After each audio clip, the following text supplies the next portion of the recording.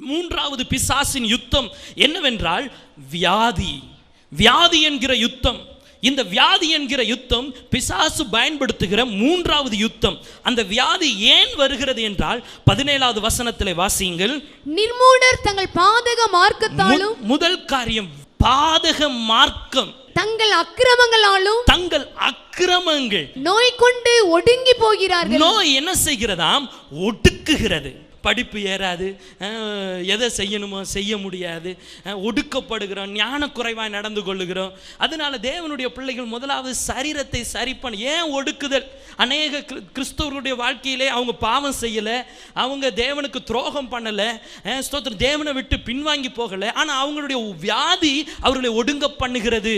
அவருடைய சரீர பலவீனம் அவர்களை ஒடுங்கி போக பண்ணுகிறது. பவுலப்போஸ்தலனுடைய சரீரத்திலே வியாதி அவனை, ஸ்தோத்திரம், சாத்தானின் முல்லை போல பவுலை கொட்டிக்கொண்டே இருந்ததாம். அன்பு சகோதரனே, சகோதரியே, உன்னுடைய வியாதி உன்னை பாதித்து கொண்டே இருக்கிறதா? உன்னை ஒடுக்கி கொண்டே இருக்கிறதா? இன்றைக்கு தேவன் உன்னுடைய வியாதியிலிருந்து விடுதலையை கொடுக்கிறார். பிசாசு ஜனங்கள் மேல் தொடுக்கிற அபாயம். மூன்றாவது காரியம் வியாதி. அதை தொடர்ந்து வாசியுங்கள் 18ஆம் வசனம். அவர்கள் ஆத்துமா சகல போஜனத்தையும் அரோசிக்கிறது. இந்த வியாதி உள்ளவர்களுடைய நிலைமை நமக்கு தெரியும். அவங்க எல்லா ஆகாரத்தையும் வெறுப்பாங்க. எந்த ஆகாரமும் அவங்களுக்கு டேஸ்டா இருக்காது. எதையாவது புதுசா ஏதோ ஆகாரம் தேடுவாங்க. சோதரன், புதிதான ஆகாரம் தேவன் தான். ஸ்தோத்திரம், நமக்கு தேவன் தான் ஆகாரம். சோதரன், அந்த வியாதி நேரத்தில் தேவன் நமக்கு ஆகாரமாய் வர வேண்டும். அன்பு சகோதரனே, சகோதரி, நீங்கள் யாராவது வியாதியாக இருப்பீர்கள் என்றால் ஸ்தோத்திரம், உங்களுக்கு தேவன் ஆகாரமாக இருக்கிறார். அவருடைய கையிலிருந்து வருகிற ஹல்லேலூயா அந்த ஆகாரம் உங்களை திருப்தியாக்கி பலப்படுத்தி உங்களை புஷ்டியாக்க தேவ கரம் இன்றைக்கு உங்கள் மேல் அமரும். ஸ்தோத்திரம், நானும் சிறுவனாக இருக்கும்போது எனக்கு ஞாபகம் வருது. பல நாட்கள் மயங்கி கிடந்து ஸ்தோத்திரம், திரும்ப கொஞ்சம் கொஞ்சமாக அறிவு தெரியுது. திடீர்னு அங்கே பார்த்தீங்கன்னா காலையில் அப்படியே லைட்டு தெரியுது. அந்த அந்த வேற சூரியன் உதிக்கிறத பார்க்குறேன். அந்த சூரியன் உதிக்கும் போது கண்ணெல்லாம் கூசுது. ஸ்தோத்திரம், அந்த நேரத்தில் கொஞ்சோண்டு பொரிக்கடலையை ஒரு சின்ன இதில் போட்டு பாஸ்டர் கொடுத்தது எனக்கு ஞாபகம் இருக்குது. அந்த பொரிக்கடலை எடுத்து 1 2ன்னு சாப்பிட்டது ஞாபகம் இருக்குது. ஹல்லேலூயா, உதடெல்லாம் பொத்து போய் அப்படியே ஒரு மாதிரி அழுக்கு பிடித்து நாற்றம் பிடித்த ஒரு மனிதனாய் இருந்த என்னை ஸ்தோத்திரம் தேவன் உயிர்ப்பித்து ஜீவன் கொடுத்து இன்றைக்கு தேவ ஜனங்களுக்கு முன்பாக நிற்க பண்ணினார் என்றால் என்னிடத்தில் தகுதி ஒரு சின்ன எள்ளு கூட கிடையாது, ஒரு தகுதியும் கிடையாது. தேவனுடைய கிருபை இந்த இடத்துல நிற்க பண்ணி இருக்கிறது. அன்பு சகோதரனை, சகோதரியே, வியாதி நேரம் எப்படி என்கிறது எனக்கும் தெரியும். ஸ்தோத்திரம், ஒவ்வொரு ஊசி போட கிட்ட வரும்பொழுது அந்த ரூமுக்குள்ள டாக்டர் வரும்போதே கத்தி கதறி வலி தாங்க முடியாமல் கதறுவேன். ஸ்தோத்திரம், நான் இருந்த அந்த வார்டு பக்கத்தில் தான் டாய்லெட். கொஞ்சம் நடந்து போனால் டாய்லெட். அங்கேருந்து நாத்தம் தாங்க முடியாது. ஒரே நாற்றத்துக்குள்ளே ஸ்தோத்திரம் தன்னந்தனியாக பாஸ்டர் மட்டும் கூட இருப்பார்கள். பயந்து நொறுங்கி ஒடுங்கி போன நேரத்தில் பரலோக தேவனுடைய கண்கள் பார்த்தது. அந்த தேவன் உண்மையுள்ள தேவன். அந்த தேவனுக்கு துரோகம் பண்ண எப்படி முடியும்? அந்த தேசு கிறிஸ்துவுக்கு துரோகம் பண்ண எப்படி முடியும்? வியாதி நேரத்தில் நல்ல பரிகாரி இயேசு கிறிஸ்து ஒருவரே. அவருடைய கையிலிருந்து வருகிற ஆகாரம் நம்மை திருப்தியாக்கும், நம்மை சுகப்படுத்தும். அவருடைய கையிலிருந்து வருகிற அந்த ஆகாரத்தினால் பிழைக்கிறதற்காகவே இன்றைக்கு யாராயிருந்தாலும் சரி, இந்த சத்தத்தை கேட்டுக்கொண்டு இருக்கிற யாராயிருந்தாலும் சரி, ஹல்லேலூயா, அந்த டிவி நிகழ்ச்சியின் மூலம் யாராய் இந்த சத்தத்தை கேட்டுக்கொண்டு இருந்தாலும், அன்பு சகோதரனே, சகோதரியே, உன்னுடைய வியாதி படுக்கையிலே பரலோக தேவனுடைய ஆணி பாய்ந்த கரத்தில் இருந்து ஒரு ஆகாரம் உன்னுடைய வாய்க்கு கொடுக்கப்படும். நீ அந்த ஆகாரத்தினால் பிழைப்பாய், நீ ஜீவனை பெறுவாய், உனக்கு மறுவாழ்வு கட்டளையிடப்படும். இயேசுவே உன் பரிகாரியாகிய கர்த்தர். ஹல்லேலூயா, கரங்களை தட்டி நம்முடைய தேவனை மகிமைப்படுத்துவோமா? சகல போஜனங்களையும் அரோசிப்பார்கள். போஜனத்தை கண்டா வெறுப்பா இருக்கும். அடுத்ததாக அந்த வசனத்தில் வாசிங்கள். மரண வாசல்கள் பரியந்தம் சமீபிக்கிறார்கள். மரண வாசல் பரியந்தம் சமீபிப்பார்கள். மரணத்துக்குள்ள மறித்து செத்துட்டா பரவாயில்ல, ஆனால் மரண வாசல் கிட்ட போயிட்டு வெளியே வந்தால் எப்படி இருக்குங்க? சோத்திரம், ஒரேடியாக வியாதி வந்தது, கொஞ்ச நாள் வியாதியோட கஷ்டப்பட்டாங்க, ஒரேடியாக இறந்துட்டாங்க, முடிஞ்சுது. அதுக்கப்புறம் பரலோகத்துக்கு போய் நிம்மதியாக அமைதியாக இருக்கலாம். ஆனால் ஸ்தோத்திரம், இந்த பழைய காலத்தில் சீசர்களை, தேவனுடைய ஊழியக்காரர்களை துன்பப்படுத்துவார்கள். எப்படி தெரியுமா? அங்கே தீ எரிஞ்சுக்கிட்டு இருக்கோம். ஒரு கம்பில் அவங்கள கட்டி தலைகீழ தொங்க விட்டு அந்த தீ கிட்ட கொண்டு போய் கொஞ்ச நேரம் அந்த தீயில வேக வச்சுட்டு எடுத்துருவாங்களாம். எப்படி இருக்கும்? கொஞ்ச நேரம் அந்த தீயில கொஞ்சம் தீ அப்படி பிடிக்கும், பாதி பிடிக்கும், இங்கிட்ட எடுத்துருவாங்க. அப்புறம் 2-3 நாள் கழித்து திரும்ப அங்கே போட்ட. அப்படி அதுதான் மரண வியாதியின் கொடுமை. எத்தனை பேர் இந்த மாதிரி அவஸ்தைப்படுகிறாங்க தெரியுமா? நமக்கெல்லாம் தேவன் வியாதி இல்லாமல் சுகமாக வைத்திருக்கிறார். கர்த்தருக்கு ஸ்தோத்திரம், கோடா கோடி ஸ்தோத்திரம். ஆனால் மரண வாசல் சமீபத்தை வரை போயிட்டு மரணம் வந்ததுன்னா அடுத்த ஸ்டெப், பரிசுத்தவான்கள் மரிச்சாங்கன்னா உடனே பரலோகத்துக்கு போயிடலாம். ஆனால் மரணத்துக்கு கிட்ட போயிட்டு திரும்ப வாழ இந்த உலகத்துக்கு எவ்வளவு கடினமான ஒரு வாழ்க்கை. பிசாசு இப்படிப்பட்ட ஆபத்துகளை கொடுக்கிறதற்கு இந்த கடைசி காலத்தில் கோபம் உடையவனாக இருக்கிறான்.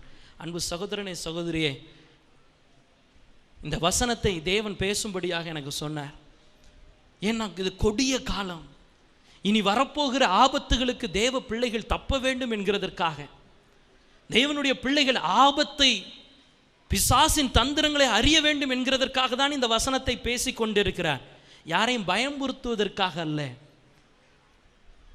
ஆபத்துக்கு நாம் பாதுகாக்கப்பட தேவன் இதை பேசிக்கொண்டிருக்கிறார். நிற்கிறேன் என்று சொல்லுகிறவன் விழாதபடிக்கு எச்சரிக்கையா இருக்க கடவன். நம்ம நிற்கிறோம், சுகமா இருக்கிறோம், எல்லாம் ரைட். நாளைக்கு ஒன்று ஆச்சுன்னா நம்ம விழாதபடிக்கு எச்சரிக்கை. இந்த வசனம் உங்களை எச்சரிக்கிறது. பிசாசின் ஆபத்துகளுக்கு நீங்களும் நானும் தப்பும்படியாக இந்த வசனத்தின் மூலமாக தேவ ஜனத்தை எச்சரிக்கிறார் மட்டும் அல்ல, எச்சரிக்கிறார் மட்டுமல்ல, இதை சொல்லி தேவ ஜனங்களை சுற்றிலும் ஒரு பெரிய அக்கினி மதிலை போடுகிறார். அதற்காக தான் என்னை இதை பேச சொன்னார். நீ பேச பேச ஜனங்களுக்கு பாதுகாப்பு கொடுப்பேன்னு சொன்னார். நீ பேசுன்னு சொன்னார். ஆபத்துகளை குறித்து நீ பேச பேச ஆபத்துகளை குறித்து உணர்கிற ஒவ்வொரு ஜனங்களை சுற்றிலும் ஒரு பாதுகாப்பின் வேலியை போடுவேன் என்று சொல்லி இருக்கிறார். ஒரு ராஜாவுக்கு இருக்கிற பாதுகாப்பை தாண்டிய பாதுகாப்பை என் ஜனங்களுக்கு கொடுப்பேன் என்று சொல்லி இருக்கிறார். தேவன் உன்னை பாதுகாக்கிற தேவன். ஹல்லேலூயா. உன் பக்கத்தில் 1000 பேர், உன் வலது பக்கத்தில் 10,000 பேர் விழுந்தாலும் அது உன்னை அணுகாது, உன்னுடைய கண்களால் மாத்திரம் காண்பாய் என்று சொன்ன தேவன் இந்த வார்த்தைகளை கொண்டு உங்களை பாதுகாக்கிறார்.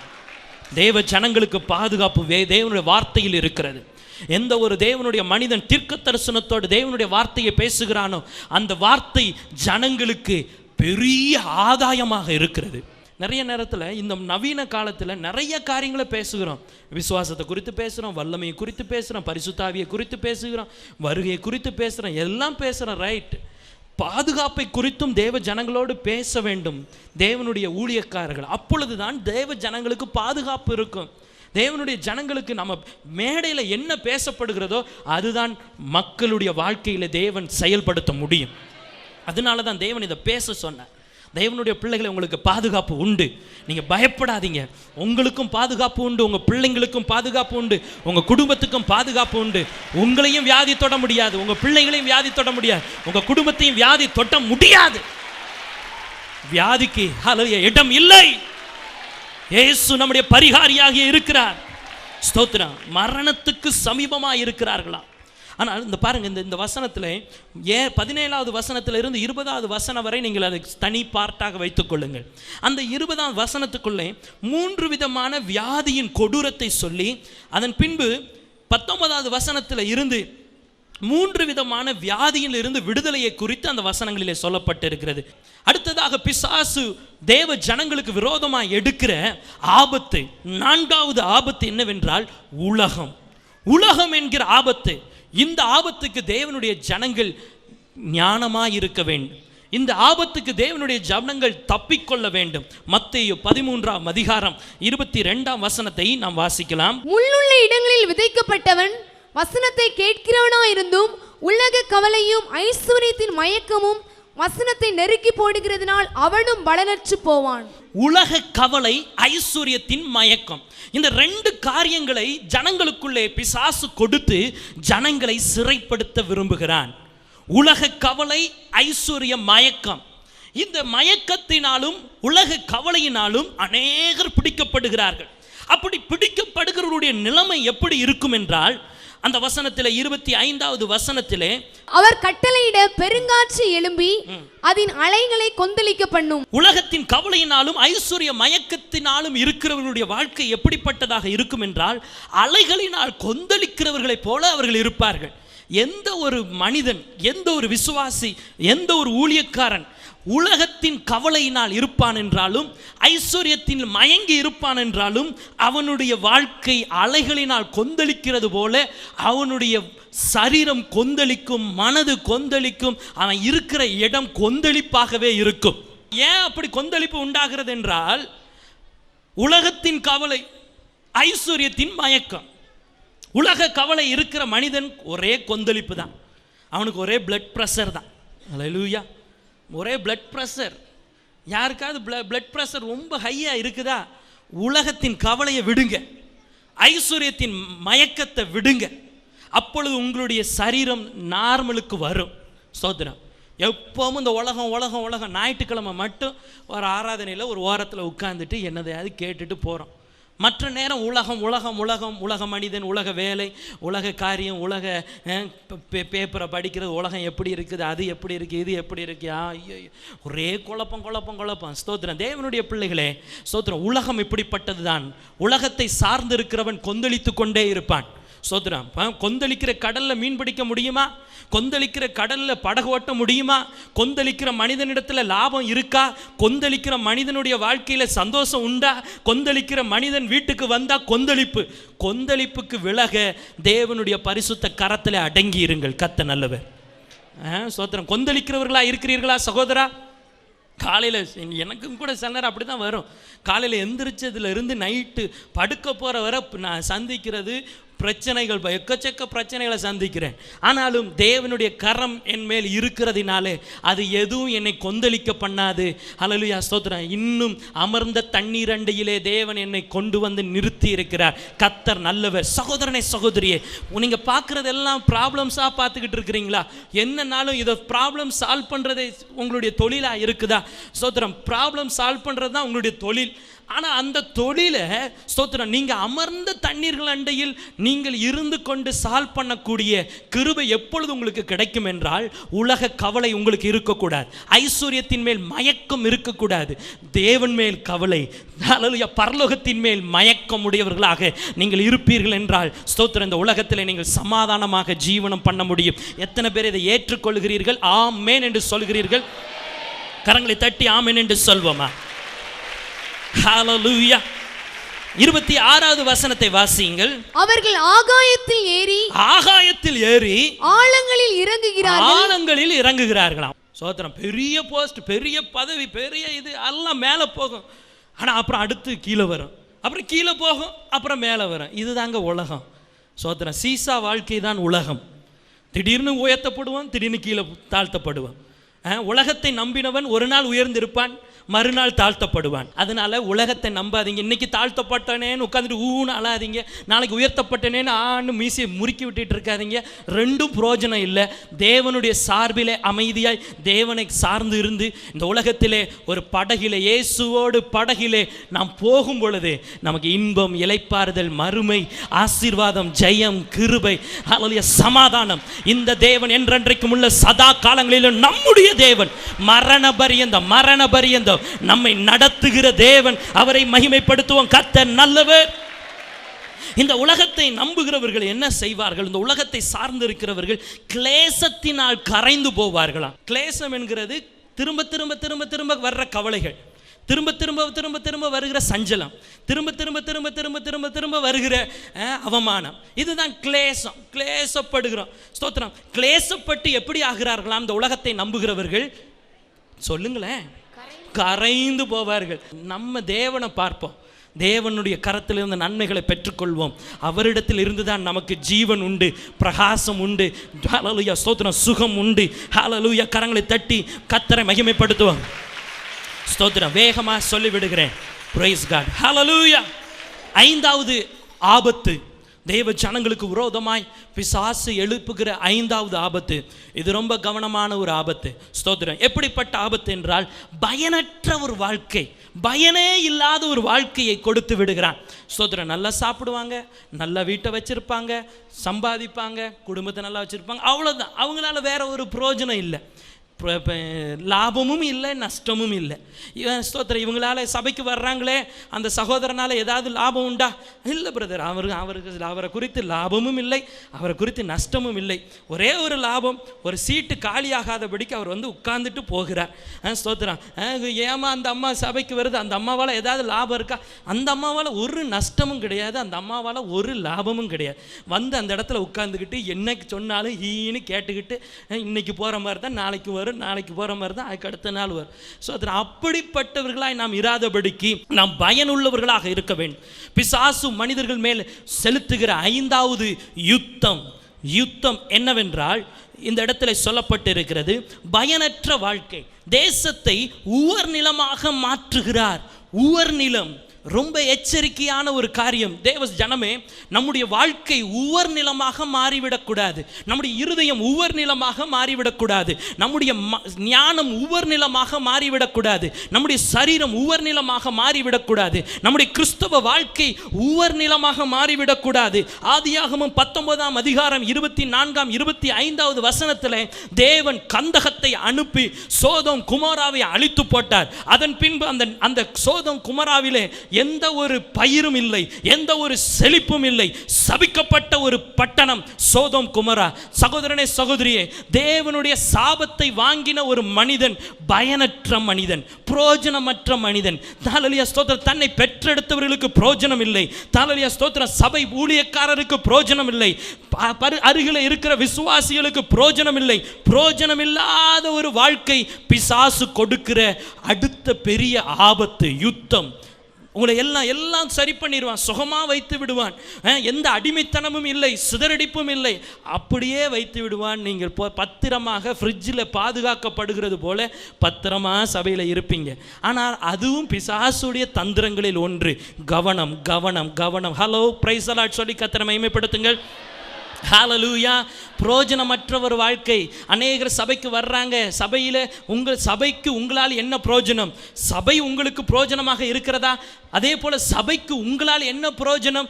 ஆமாம் பிரதர், நான் சபைக்கு பிரயோஜனமாக இருக்கிறேன், ஏதோ எனக்கு கிடைச்ச சம்பாத்தியத்தில் கொஞ்சம் காணிக்க போடுறேன், அது மட்டும் பிரயோஜனம் அல்ல.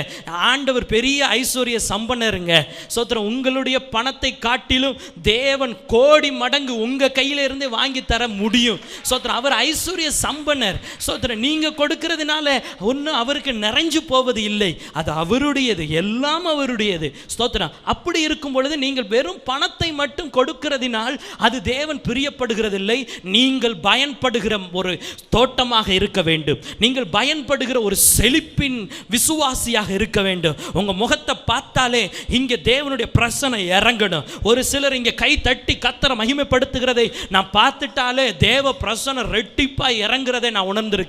ஒரு சிலர் ஸ்தோத்திரம் கண்ணீரோடு ஜெபிக்கிறதை நான் பார்த்தாலே தேவனுடைய பிரசன்னம் அளவில்லாமல் இறங்குவதை நான் பார்த்திருக்கிறேன். அன்பு சகோதரனே, சகோதரியே, நீங்கள் பயனுள்ளவர்களாக இருக்கிறீர்களா? நீங்கள் செழிப்பானவர்களாக இருக்கிறீர்களா? நீங்கள் தேவனுக்காக ஏதாவது செய்து கொண்டு இருக்கிறீர்களா? அதாவது பொதுவாக விசுவாசிகளை விடுங்க, ஒரு மனிதனுடைய தன்மை என்ன தெரியுமா?